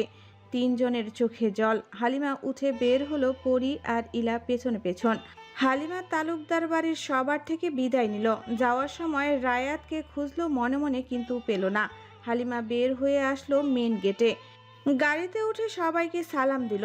হালিমা গাড়িতে বসে ফোন দেখছে। ড্রাইভার গাড়ি চালাচ্ছে। হঠাৎ গাড়ি ব্রেক করলো। হালিমা চমকে ড্রাইভারের দিকে তাকালো, দেখে রায়াত বসে আছে। হালিমা ভয় পেয়ে বলল, আপনি এখানে কিভাবে? ড্রাইভার কোথায়? চাচা চাচির সাথে দেখা করতে গেছে, তাই আমি ডিউটি করতেছি। ভন্ডামি করবেন না, কেন এসেছেন সেটা বলুন। আরে মেরি মা, চাচু বললো না টিকিট কাটতে, তাই এসেছে। ও আচ্ছা, তো গাড়ি থামালেন কেন? আমার ফুচকা খেতে মন চাইলো তাই। হালিমা জানালা দিয়ে দেখে একটা ফুচকার দোকান। হালিমার ফেভারিট খাবার হলো ফুচকা, কিন্তু এখন রায়াদের সামনে নিজের ইমোশন কন্ট্রোল করছে। রায়াদ গাড়ি থেকে নেমে গেট খুলে দিল। হালিমা চুপচাপ আছে, রায়াদও দাঁড়িয়ে আছে। আপনি তাড়াতাড়ি খেয়ে আসুন, আমার লেট হয়ে যাচ্ছে। আপনিও সাথে চলুন, এটা আপনার ট্রিট, আমাকে লবণ চা খাওয়ানোর জন্য। হালিমা আর কিছু না বলে রায়াদের সাথে ফুচকা খেলো। তারপর রায়াদ হালিমার থেকে পারমিশন নিয়ে দুটো ছবি তুলে নিল। আমি সামনের সপ্তাহে চলে যাব, আর হয়তো আপনার সাথে দেখা হবে না। এত তাড়াতাড়ি চলে যাবেন? আমি তো থাকতে চাই, কিন্তু নিয়তি আমাকে বেঁধে রেখেছে। মানে বুঝলাম না। কিছু না, চলুন, আপনার দেরি হয়ে যাচ্ছে। রায়াদ গাড়ি স্টার্ট দিয়ে বাস টার্মিনালে নিয়ে গিয়ে বাসে উঠিয়ে দিল। বাস 30 মিনিট পর ছাড়বে, তাই হালিমা রায়াদকে চলে যেতে বলে। রায়াদ দেখে বাসে মেয়ে মানুষ অনেক কম, বেশিরভাগ ছেলে, তাই রায়াদ চুপচাপ বসে থাকে। একটু পরে কন্ডাক্টরকে ডেকে হালিমার পাশের সিটেরও টিকিট কেটে দেয়। একটু পরে গাড়ি ছাড়বে, সেই সময় রায়াদ বিদায় নিয়ে নিচে নেমে গেল। ভালো থাকবেন, আর আমার কথায় কষ্ট পেয়ে থাকলে সরি। আর সেদিনের রাতের কথাগুলো মজা ছিল। হালিমা কিছু বলল না, বাস ছেড়ে দিল। রায়াদ বাসের যাওয়ার দিকে তাকিয়ে আছে। বাস চলে যাওয়ার পরে গাড়ি ঘুরিয়ে দিনাজপুরের রেল স্টেশনে গিয়ে 6টা টিকিট কেটে নিল। Time speak. বিকেলটা নরম আলোয় ঝলমল করছে, আকাশের কোণে হালকা লালচে আভা। বাড়ির ভেতরে নীরবতা, শুধু ঘড়ির কাঁটার শব্দটা স্পষ্ট শোনা যাচ্ছে। আরিয়ান সোফায় হেলান দিয়ে বসে আছে, চোখ ফোনের স্ক্রিনে অচেনা দৃষ্টিতে কিছু স্ক্রল করছে, যেন মন নেই কোনো কিছুর দিকে। কালো রঙের সাদা শার্টটার উপরের বোতাম খোলা, চোখের নিচে ক্লান্তির ছাপ, কিন্তু তবুও সেই চেহারায় এমন এক আকর্ষণ যে রাগের ভেতরেও এক রকম শান্ত সৌন্দর্য আছে। ইলা ঘর থেকে বেরিয়ে এলো, হালকা নীল রঙের কামিজ, মাথায় ওড়না, চোখের নিচে কালি। ইলা বেরিয়ে যাচ্ছিল, হঠাৎ বের হওয়ার সময় সাবিয়া বেগম জিজ্ঞেস করলেন, ইলা কোথায় যাচ্ছিস? ইলা মৃদু স্বরে বলল, নদীর ধারে যাচ্ছি বাবলাদের সাথে লাশবার দেখা করতে। সাবিয়া বেগম একটু ভেবে বললেন, আরিয়ানকে সাথে নিয়ে যা। ইলা এক মুহূর্ত চুপ করে থাকলো, তারপর ধীরে ধীরে আরিয়ানের দিকে গেল। আরিয়ান তখনও ফোন হাতে বসে আছে। ইলা বলল, আপনি কি যেতে ইচ্ছুক আমার সাথে নদীতে? এক মুহূর্তের নীরবতা, তারপর আরিয়ান ফোনটা পকেটে রেখে ধীরে ধীরে উঠে দাঁড়ালো। শরীরটা সোজা, কিন্তু মুখে কোনো অভিব্যক্তি নেই। কালো শার্ট, জিন্স, ঘড়ির চকচকে স্টিল বেল্টের ঝলক, আর চোখের গভীরে যেন জমে থাকা কোনো ঝড়। সে কিছু না বলে ইলার পিছু পিছু হাঁটতে লাগলো। সূর্যের আলো পানিতে ঝিলমিল করছে, বাতাসে পাট গাছের গন্ধ, পাশে দুলছে কচুরি পানার ফুল। দূর থেকে এক ঝাঁক ছোট ছোট বাচ্চা চেঁচিয়ে দৌড়ে আসছে, ইলাপু ইলাপু করে। ইলাকে ঘিরে ধরল 20 থেকে 25টা বাচ্চা, তাদের মুখের সরল উচ্ছ্বাস, চোখে মায়া। বাবলা বলল, ইলাপু, শুনেছি তোমার কাল বিয়া হয়েছে, তোমার জামাই নাকি অনেক সুন্দর, গ্রামের লোকজন বলাবলি করতেছিল। ইলা লজ্জা পেয়ে নিচে তাকালো, আর ঠিক তখনই বাচ্চারা হঠাৎ চুপ হয়ে গেল। তাদের চোখ পড়ল পেছনের দিকে। আরিয়ান শান্তভাবে ইলার পেছনে এসে দাঁড়িয়ে আছে। সূর্যের আলোয় তার মুখের ঝলক, গম্ভীর চোখ। বাচ্চারা একসাথে বলল, এটা কি তোমার জামাই? ইলা ধীরে ধীরে মাথা নেড়ে হ্যাঁ বলল। আরিয়ান হালকা হাসলো, সম্মানের ভঙ্গিতে বলল, তোমরা সবাই কেমন আছো? সব বাচ্চারা একসাথে হাত তুলে সালাম দিল। আরিয়ান মিষ্টি হেসে বলল, ওয়ালাইকুম আসসালাম ছোট্ট সেনাবাহিনীরা, কেমন আছো? তার কণ্ঠ এমন এক কোমলতা ছিল যা সবাইকে থমকে দিল। সবাই একসাথে বলল, আলহামদুলিল্লাহ, আমরা সবাই অনেক ভালো আছি দুলাভাই। আরিয়ান তাদের থেকে দুলাভাই ডাক শুনে হেসে দিল, তারপর বলল, তোমরা দাঁড়াও, আমি 5 মিনিট আসছি। আরিয়ান দ্রুত হেঁটে একটা দোকানে চলে গেল। বাবলা তখন বলল, আজ খেলবা না আপু? আজ তো তোমার বর আসে সাথে। ইলা মৃদু হেসে মাথা নাড়ল। না রে বাবলা, আজ খেলবো না। আজ তো আমার শ্বশুর বাড়ি চলে যাব আমি, তাই তোদের সাথে দেখা করতে আসলাম। ইলার কণ্ঠ কাঁপছে, চোখে পানি জমে গেছে। ওর কান্না দেখে বাচ্চারাও চোখ মুছে ফেলছে। মামুনি বলে উঠল, তুমি গেলে আমাদের কে ভালোবাসবে আপু? আমাদের সাথে খেলবে? ইলা ওদের জড়িয়ে ধরে বলল। তোরা আমার অনেক আদরের রে, আমি দূরে থাকলেও তোদের মনে রাখবো সবসময়। সবাই ইলাকে জড়িয়ে ধরে কান্না করা শুরু করে দিল। বাচ্চারা দেখলো আরিয়ান আসছে, ভাবলা বলে উঠল। দুলাভাই আসছে, দুলাভাই আসছে। সবাই ঘুরে তাকালো। আরিয়ান ফিরে আসছে নদীর পথ ধরে, তার হাতে এক গোছা চিপস চকলেট, তার গলায় চিপসের মালা। ছোট ছোট প্যাকেট জোড়া দিয়ে বানানো, একদম হাস্যকর অথচ আদুরে মালা, যেটা পরে সে যেন এক মুহূর্তে বদলে গেল। গম্ভীর মানুষটা হঠাৎই হয়ে গেল এক নরম মিষ্টি হাসির চরিত্র। বাচ্চারা হেসে দৌড়ে গেল নদীর পাশের পুকুরের দিকে।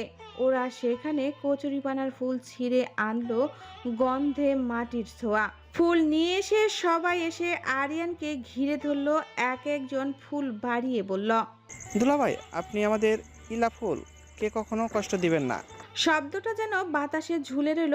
ইলা ফুল, সব বাচ্চার চোখে জল। আরিয়ান তাকিয়ে রইল সেই দৃশ্যের দিকে। কচুরি পানার ফুল, ইলার ভেজা চোখ আর নির্দোষ ভালোবাসার সেই দৃশ্য। ধীরে ধীরে আরিয়ান হাঁটু গেড়ে বসে পড়ল ওদের সামনে। সব ফুল একে একে নিজের হাতে নিয়ে বলল, আমি তোমাদের কথা দিলাম, কখনো তোমাদের ইলা ফুলকে কষ্ট দিব না। আরিয়ানের কণ্ঠ ভারী কিন্তু কোমল, একটা প্রতিজ্ঞা, একটা দায়, একটা নীরব অনুশোচনা। বাচ্চারা একসাথে তালি দিয়ে উঠল, দুলাভাই বেস্ট বলে। ইলা পাশে দাঁড়িয়ে চুপচাপ দেখছে। হয়তো প্রথমবার তার মুখে একটা আসল হাসি ফুটল, অতি ক্ষণিকের জন্য হলেও। রাত 10টা। তালুকদার বাড়িতে আজ অদ্ভুত নীরবতা, অথচ চারপাশের মানুষে ভরা। কিন্তু কারো মুখে কোনো শব্দ নেই, শুধু কানে আসছে নিঃশব্দ কান্নার আওয়াজ। গেটের সামনে গাড়ির চারপাশে আলোর ঝলক, কিন্তু আলোয় আজ যেন একটা ভারী দুঃখ। ইলার পরনে হালকা ক্রিম কালারের শাড়ি, চোখে কাজল লেগে থাকলেও কান্নায় সব ঝাপসা। ঠোঁট কাঁপছে, হাত কাঁপছে, আর বুকের ভেতরটা এক অজানা ভয়, নতুন জীবনের অজানা পথের। পরি, রায়াত, সাবিয়া, তাসলিমা বেগম সবাই পাশে দাঁড়িয়ে কাঁদছে। সাবিয়া একবার এগিয়ে এসে ইলার মাথায় হাত রাখলেন। মারে, রাগ করিস না। আমি যা বলেছি, যা করেছি সবই রাগে কষ্টে। তুই আমার মেয়ে, আমার বুকের একমাত্র টুকরা। আল্লাহর দোহায় লাগে শ্বশুরবাড়ি গিয়ে মুখ ভার করে থাকিস না। হাসিস মা, তুই হাসলে বাড়িটা সুন্দর লাগে। ইলা কিছু বলতে পারছে না, কেঁদে ফেলল। সাবিয়া বেগম ওকে জড়িয়ে ধরলেন, চুলে চুমু খেয়ে চোখ মুছে দিলেন। পরি এগিয়ে এসে বলল, তুই যা, ভালো থাকিস, ফোনে কথা বলবি, আমি আসবো দেখা করতে খুব তাড়াতাড়ি। তুই কাঁদিস না, নয়তো চাচু ভেঙে পড়বে। ইলা কাপা গলায় বলল, তুই আমার সব কিছু রে, এখন তুই আমার সাথে থাকবি না, আমি কাকে বলবো আমার কষ্টগুলো? দুজন একে অপরকে জড়িয়ে ধরে ফুপিয়ে কাঁদছে। রায়াত পাশে দাঁড়িয়ে চোখ মুছছে। ইলা, তুই যা, আল্লাহর নামে বল, নিজের যত্ন নিবি। আরিয়ান ভাই যতই রাগী হোক, তুই ওনার মন জয় করবি। আমি জানি উনি তোকে কষ্ট দেবেন না। বাতাস থেমে গেছে, শব্দ থেমে গেছে, শুধু চোখের পানি বয়ে যাচ্ছে নিঃশব্দে। এই সময় রাশেদ তালুকদার একটু দূরে দাঁড়িয়ে ছিলেন চুপচাপ, সাদা পাঞ্জাবি পরা, চোখে ভারী দুঃখের ছাপ। হঠাৎ তিনি আরিয়ানকে ডাকলেন। আরিয়ান বাবা, একটু কথা ছিল, এদিকে আসবা? আরিয়ান এগিয়ে গেল, মাথা নিচু, মুখে একটাও কথা নেই। রাশেদ হাতের রুমাল দিয়ে চোখ মুছে ধীরে বললেন, বাবা জানো, আমি ছোটবেলা থেকে মেয়েটাকে অনেক আদরে বড় করেছি, কখনো মারিনি, একটা জোরে কথা বলিনি। আমি একটা স্বপ্ন দেখতাম, আমার মেয়ের বিয়ে তো হাসির শব্দে বাড়িটা ভরে উঠবে, কিন্তু ভাগ্য হয়তো আমার সে হাসি কেড়ে নিল। আমি জানি যা কিছু হয়েছে তা কেউ চায়নি, কিন্তু এখন যেহেতু আল্লাহর লিখন, তাই আমি কিছু বলবো না। আমি শুধু একটাই অনুরোধ করব, আমার মেয়েটাকে কষ্ট দিও না। রাশেদ থেমে গেলেন, গলার স্বর ভারী হয়ে আসছে। তিনি আরিয়ানের হাত দুটো জড়িয়ে ধরে আরিয়ানের চোখে রাখলেন। তুমি পুরুষ মানুষ, রাগ তোমাদের রক্তে থাকে, কিন্তু তোমার রাগ এর কারণে যেন আমার মেয়ের গায়ে আচরণ না লাগে বাবা। ওর খুব ভেঙে গেছে, হাসি মুখে থাকলেও বুকের ভেতরটা ছাই হয়ে আছে। ওকে আগলে রেখো, তুমি যদি চাও ওকে নতুন করে হাসাতে পারবে, আমি জানি তুমি পারবে।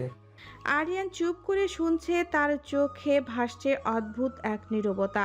একটা মুহূর্ত পর সে ধীরে মাথা নিচু করে বলল, আমি কথা দিচ্ছি ওকে কষ্ট দেব না। যত ভুল বুঝাবুঝি হোক, ও আমার দায়িত্ব। আমি ওর পাশে সারা জীবন থাকবো। রাশেদ হালকা হাসলেন, কিন্তু চোখের পানি গড়িয়ে পড়ল গাল বেয়ে। এই কথাটাই আমার আশ্বাস বাবা। দূর থেকে নাফিসা খান ডাকলেন, ইলামা, ওঠো গাড়িতে, দেরি হয়ে যাচ্ছে।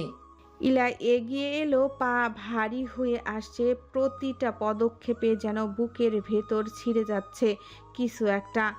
বাড়ির গেটের দিকে তাকিয়ে মনে পড়ছে শৈশবের দিন, এই বাড়িতে দৌড়ানো, হাসি, তার মায়ের কোলে ঘুমানো, বাবার আদর, বাচ্চাদের সাথে খেলা, সবই যেন ফিকে হয়ে যাচ্ছে গোধূলির আলোয়। আরিয়ান গাড়ির দরজা খুলে দাঁড়ালো। ইলা ধীরে ধীরে বসে পড়ল। পরি রায়াত দৌড়ে এসে শেষবারের মতো ইলার হাত ধরল। যখন কষ্ট পাবি ভাববি আমরা আছি। ইলা চোখ বন্ধ করলো, কিছু না বলে মাথা নাড়ল। গাড়ির দরজা বন্ধ হলো, হালকা শব্দ, যেন সম্পর্কের এক দরজাও চিরদিনের জন্য বন্ধ হলো। গাড়ি চলতে শুরু করলো, দাঁড়িয়ে সবাই কাঁদছে। রাশেদ তালুকদার এক হাতে চোখ মুছে অন্য হাতে দোয়া করলেন, আল্লাহ আমার মেয়ের জীবনটা সহজ করে দিও। আরিয়ান যেন ওর আসল আশ্রয় হয়। গাড়ির জানালা দিয়ে ইলা শেষবার তাকালো। বাবা মা, বড় বাবা, বড় মা, মেজো বাবা, মেজো মা, রায়াত, পরি, সবার চোখ ঝাপসা হয়ে যাচ্ছে। আরিয়ান পাশে তাকিয়ে এক মুহূর্তের জন্য ইলার দিকে চাইল। ওর মুখে কোনো কথাই নেই। গাড়ি মোড় ঘুরে অদৃশ্য হয়ে গেল সন্ধ্যার আলোয়। বাড়ির উঠোনে তখন শুধু বাতাস বইছে আর অশ্রুর গন্ধে মিশে আছে বিদায়ের ভার। রাশেদ তালুকদার কিছু একটা ভেবে রায়াতকে বাইক নিয়ে বের হতে বলল। রায়াত গাড়ি নিয়ে আসলে রাশেদ তালুকদার বাইকের পেছনে উঠে বলল। আরিয়ানরা স্টেশনে এসে পৌঁছায়। প্ল্যাটফর্মে জনতার ভিড়। ট্রেনের হুইসেলে ঠান্ডা বাতাসে মিশে আছে এক অদ্ভুত বিদায়ের গন্ধ। ইলার মুখে নিঃশব্দ একটা ভার, চোখের নিচে কালি, চুলগুলো উঠছে। পাশে আরিয়ান, কালো শার্ট, জিন্স, মুখে ঠান্ডা ভাব, কিন্তু চোখে লুকানো ঝড়। হঠাৎ পেছন থেকে রাশেদ তালুকদার ইলাকে ডাকলো। ইলা পিছনে ঘুরে দেখে তার বাবা দাঁড়িয়ে। রাশেদ তালুকদার মেয়ের দিকে তাকাচ্ছে, যেন চোখ সরাতে পারছে না। আরিয়ান আর ইলা রাশেদ তালুকদারের কাছে আসলো। রাশেদ তালুকদার আরিয়ানের হাত নিজের হাতে নিয়ে কাঁপা গলায় বলল, বাবা, আমার মেয়ে ছোটবেলা থেকে একটু নরম, যেদি নয় কেবল ভালোবাসা চায়। ওকে কষ্ট দিও না আরিয়ান। মেয়েটা আজ থেকে তোমার দায়িত্বে। ওর চোখে যেন কোনোদিন জল না আসে। তুমি যদি ওর পাশে থাকো, আমি নির্ভয়ে মরতে পারবো। আরিয়ান নিচু মাথায় বলল ধীরে, আমি এটার প্রতিশ্রুতি দিতে পারবো না, কিন্তু একটা কথা দিতে পারি। অন্য কেউ যদি ওকে কষ্ট দেয়, আমি ওর পাশে থাকবো সবসময়। রাশেদ তালুকদারের চোখ ভিজে যায়, কণ্ঠ কাঁপে। ওর জীবনে তুমি যদি শান্তি এনে দিতে পারো, আল্লাহ তোমাকে সুখী রাখবেন। ইলা চুপচাপ সব শুনছিল, চোখে অশ্রু জমছে। বিদায়ের সময় যখন ট্রেনের হুইসেল বাজলো, তখন পুরো প্ল্যাটফর্মে একটা ভারী নিস্তব্ধতা। রাশেদ তালুকদার কান্না করছে। ইলা বাবার দিকে একবার তাকিয়ে হাত নেড়ে দিল, তারপর মুখ ফিরিয়ে ফেলল, কারণ সে জানে আর একবার তাকালে হয়তো নিজেকে সামলাতে পারবে না। ট্রেনে উঠে দেখে ট্রেনের ভেতর ঠাসাঠাসি। মানুষের সিটগুলো একটু এলোমেলো হয়ে কাটা হয়েছে। দুটা সিটের জানালার পাশে নুহা আর নেহা বসে পড়ল। নাফিসা আর ইলা তাদের পাশের সিটে বসে পড়ল। বাকি দু সিটের চেয়ার আরিয়ান জানালার পাশে গিয়ে বসলো। জানালা দিয়ে হালকা বাতাস ঢুকছে। বাইরের আলো আধারি মিশে তার মুখে অদ্ভুত এক শান্ত অস্ত্রতা। আর তার পাশে বসলেন মেহরাব খান। ইলা চুপচাপ দূর থেকে জানালার বাইরে তাকিয়ে আছে। ঠিক ট্রেন ছাড়ার আগ মুহূর্তে আরিয়ানের ফোনে একটা মেসেজ আসে। স্ক্রিনে তাকিয়ে এক মুহূর্তেও থেমে যায় আরিয়ান, মুখটা একটু গম্ভীর হয়ে যায়। তারপর বাবার দিকে তাকিয়ে বলে নিচু গলায়, আব্বু, আপনি এখানে কি বসেন? ইলাকে এখানে পাঠিয়ে দেন। তোর বউ তুই গিয়ে নিয়ে আয়, আমি কেন বলবো? আরিয়ান কিছু বলে না, কিন্তু চোখে হালকা বিরক্তি দেখা যায়। ফোনটা পকেটে রেখে উঠে দাঁড়ায়। ধীরে ধীরে গিয়ে ইলাদের সিটের সামনে থামে। ইলা তাকায় না, কেবল শুনতে পায় সেই গম্ভীর গলা। ওই সিটে চলুন। নোহা চওড়া হাসি দিয়ে আরিয়ানকে বলল, বাবা ভাইয়া এখনই ভাবিকে এত মিস করছিস? প্রথম দিনের রোম্যান্স শুরু? আরিয়ান ঠান্ডা চোখে তাকিয়ে বলে। নোহা, একটু বেশি কথা বলছিস। নোহা মুখ গোমরা করে নেয়। ইলা নিচু স্বরে বলে, না, আমি এখানেই ঠিক আছি, আপনি আব্বুর সাথে বসুন। আরিয়ান এক মুহূর্ত চোখ বন্ধ করে শান্তভাবে বলল, আব্বুর নাকি আম্মুর সাথে কিছু কথা আছে, তাই আপনাকে আমার সাথে যেতে হবে ওই সিটে। ইলা একটু চমকে তাকালো, ঠোঁটে হালকা লজ্জার রাখা। ধীরে ধীরে উঠে দাঁড়ায়, নিজের শাড়ি ঠিক করে ওই সিটে গিয়ে বসবে। ঠিক সেই সময় জানলার পাশের সিটে বসুন। ইলা কিছু বলে না, শুধু নিঃশব্দে জানালার পাশে গিয়ে বসে পড়ে। জানালার বাইরে রাতের হাওয়া বইছে, ট্রেন ধীরে ধীরে গতি নিচ্ছে। আরিয়ান তার পাশে বসে চুপচাপ ফোন বের করে একটা কন্ট্যাক্ট নাম্বার সেভ করে। আব্বু টু নিচে টাইপ করে সেন্ট হোম। ইলা দেখলো নাম্বারটা তার আব্বুর। ইলার চোখে জল চলে আসে, কিন্তু সে মুখ ঘুরিয়ে নেয় যাতে কেউ না দেখে। পরে রাশেদ তালুকদার আরিয়ানকে মেসেজ দিয়ে বলে, ইলা জানালার পাশে বসতে ভালোবাসে। তোমরা হয়তো নতুন তাই কিছু বলবে না, তাই আমি তোমাকে জানিয়ে দিলাম। অন্যদিকে এদিকে সিটে হালকা হাসির আবহ। নাফিসা মেহেরাব খানকে ডেকে বলল, শুনেছি আমার সাথে নাকি আজ বড় গল্প আছে। কই, কিসের গল্প? আরিয়ান্না বলল আমার সাথে তোমার কথা আছে নাকি, তাই বৌমাকে ওই সিটে নিয়ে গেল। মেহেরাব হাসতে হাসতে বলল,